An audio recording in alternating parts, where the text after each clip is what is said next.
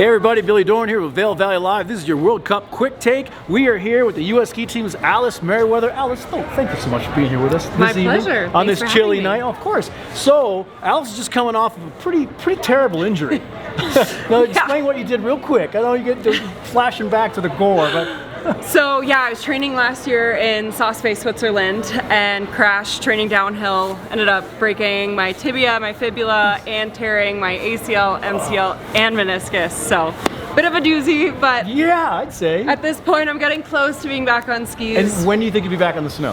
Hopefully February or March, somewhere Okay. before the end of the winter. So February, March, hopefully this winter. So that being said, how difficult is it for you to watch all your teammates out there and you just can't get there yet? I mean, in a weird way, it's really energizing for me. It makes me that much more excited to be back in a couple of months, and I'm really inspired by the work that they've put in. I mean, I've watched them train all summer long, Yeah. and so I'm really inspired seeing how well they're doing right now, and it just makes me even hungrier. When you have to sit back like you do are now, kind of on the sidelines, does it give you a whole different perspective on skiing? Are you seeing and thinking about things that you didn't think you might otherwise if you were actually out there every day on the snow? Are you looking at things from a different perspective? It definitely reminds me that there is more to life than ski racing, which I think honestly is a Don't let good your balance. coaches hear Yeah, that.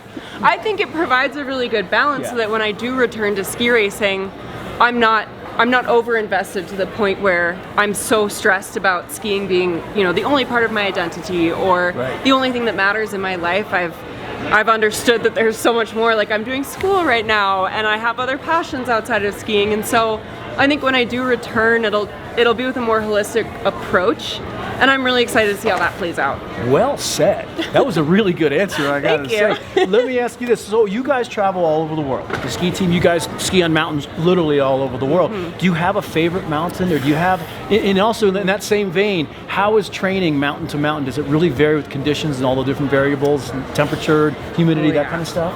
I mean, globally it varies so much. Like copper snow, for instance, in Colorado it's super dry, it's super grippy, whereas on the east coast of the US it's super icy and a lot slicker, a lot wetter snow in general. Europe is a bit more similar to the east coast, but like has its pockets where you'll get a bit of each, so it really depends. Each region kind of has its own unique snow type, which is really cool to get to experience as we travel.